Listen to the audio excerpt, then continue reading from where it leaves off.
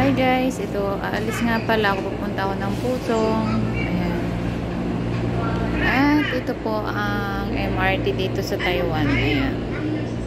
Napakaluag guys. So wala pang laman, konti pa lang. Almost lahat ng upuan, wala pang mga nakaupo. Ayan. Ayan. Yan palang ganyang kulay guys is priority seat yan. Sa mga buntis or sa mga matatanda at saka sa mga disabled. So ayan guys. Ayan. Sobrang ganda ng MRT. Oh, ayan. Ang linis, diba guys? Kasi hindi siya siksikan. Ayan.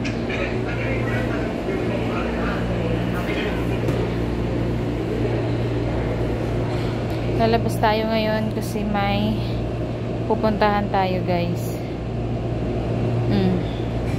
Ayan. Ganito talaga yung mga MRT dito guys.